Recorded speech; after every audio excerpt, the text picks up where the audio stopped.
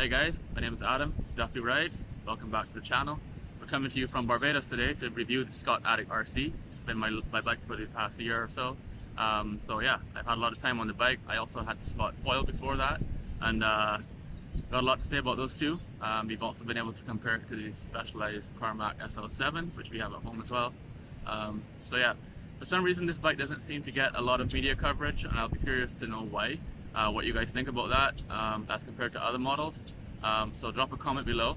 Also like, subscribe, stick around for the discussions. I'll be doing a lot more videos like this. So yeah, appreciate it guys. Let's dive right into the bike. I'll let you know what I think, and yeah, enjoy. So if you're just joining us, we're in Barbados.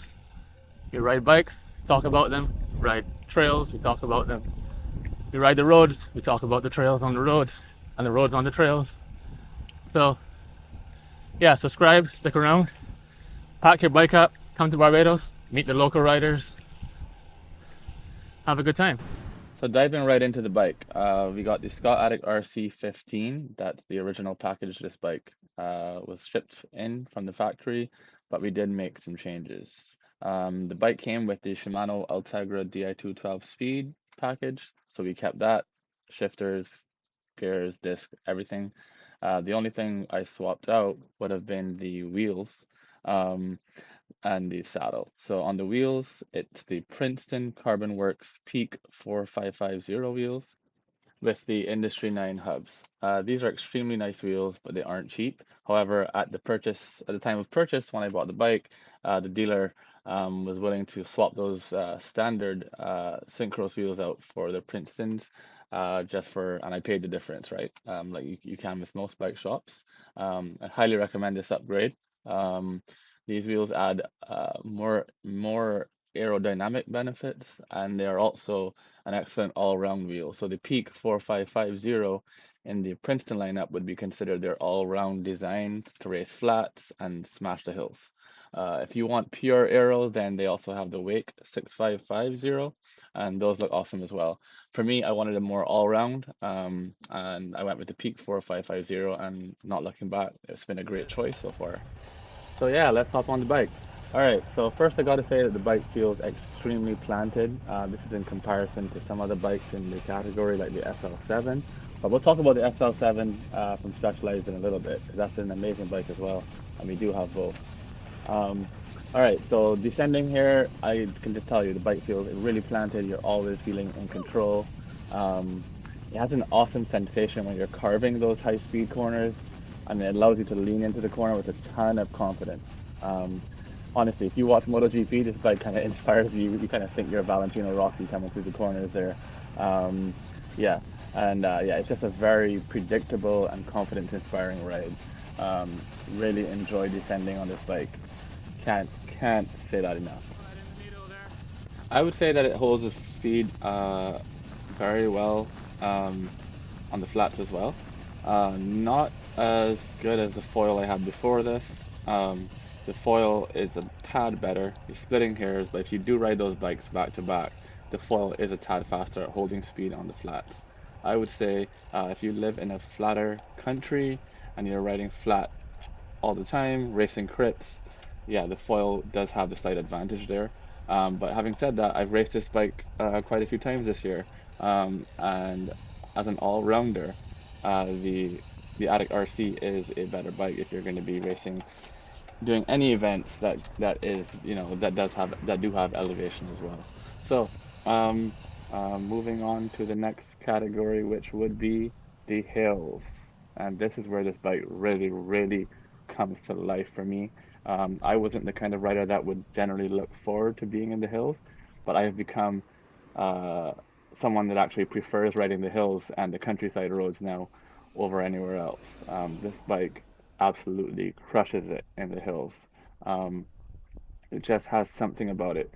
You just stand up on the pedals and it just eats away at the elevation. Um, so yeah, I would say hands down the best bike that I have ridden in the hills. So let's talk about the SL7 comparison to the Scott Addict RC. So on first glance, you would think these bikes are very similar, but there are some differences in the ride quality and feel and the way that they perform. So one of the things you do notice about the SL7 is it's a bit more twitchy than the Scott. Not in a bad way. I guess twitchy might be a tricky word to use, but it definitely has the ability to change direction. I'd also say that the SL7 has slightly better bump compliance. I do notice the Scott feels a little bit more rigid on the bumps. This is not to say it's bad at all. The Scott actually is still very, very nice on even less than ideal surfaces, I would say. We ride across quite a few here in the Caribbean, in Barbados. There are quite a few roads that are not ideal in the countryside, but the Scott has been more than good enough for me.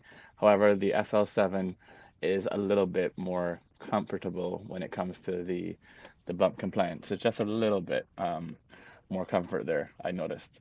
Um, on the flats, I think the SL7 may just be a tad bit better at holding speed, but again, just splitting hairs.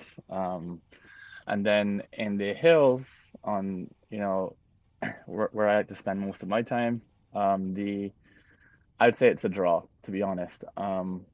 I personally still feel the Scott is a bit better. Maybe that's because I spend more time on it, but you really are splitting hairs. And what I've learned from this comparison is that the Scott is just a hugely underrated bike. I mean, if you look on Google, do a search, or on YouTube, everyone wants to find out how the SL7 is, and not enough people are asking the question about the Scott. Is the Scott the right bike for you? Um, and it absolutely is a contender. It's also a better value bike from a cost perspective. Usually you can get an equally spec'd out Scott for $1,000 or $2,000 less than the Specialized. So I would say the Scott is definitely a better value if that's important to you. Um, Having said that, I really enjoy riding both bikes. They're both amazing. The Specialized, as I said, is a faster handler, handles more quickly, changing direction. The Scott feels more planted. Both bikes are amazing in the hills. They both hold their speeds well for all-around bikes. Again, not as good as the foil, but they're great bikes overall. You couldn't be happier with any. I do want to touch on the comparison with the foil, though. First off, the foil is a great looking bike. In my opinion, it's one of the best looking bikes out there. It's the kind of bike that when you look at it, it makes you want to get out and ride. And honestly, I kind of it was hard parting ways with it when I sold it. Um, so the model I had is was the RC10. Again, that's an Ultegra build. And what's cool about Scott and the value that they provide at these builds is, at that level, you're getting an integrated bar and stem, fully aero setup. If you compare that to Cannondale or Specialized, you're looking at, you have to go to the S-Works tier or the High Mod tier or Lab 71 tier in the case of Cannondale. But Scott is packing a lot of value and performance into their mid-range bikes, right? And to be honest, um, everyone knows that the Ultegra 12 Speed today is the better option for most people than the Dura. So you're literally splitting hairs between the two.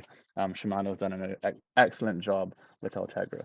Um, all right, so the foil climbed well for an aero bike, just not as good as the Addict or the SL7. However, on the flats, the foil means business, plain and simple. It held speed better than either of those bikes. And if you're living in Florida or anywhere that, 90% of your rides are going to be flat, uh, go with the foil. That's my recommendation. I would go with the foil over and over again. If I didn't enjoy the hills and didn't like riding in the hills, I would buy another foil. And in fact, I do plan to buy another foil in the future for flat rides and crit races. So there you have it, guys. I hope this was helpful. I'd like to discuss these bikes in the comments. Please drop a like and subscribe. It really helps the channel out a lot. Let's discuss the bikes in the comments. Let's talk about which bikes you're looking at. Let me help you decide on which bike you should go for. I'm happy to do that. So thanks a lot, guys. Until next time, enjoy the ride.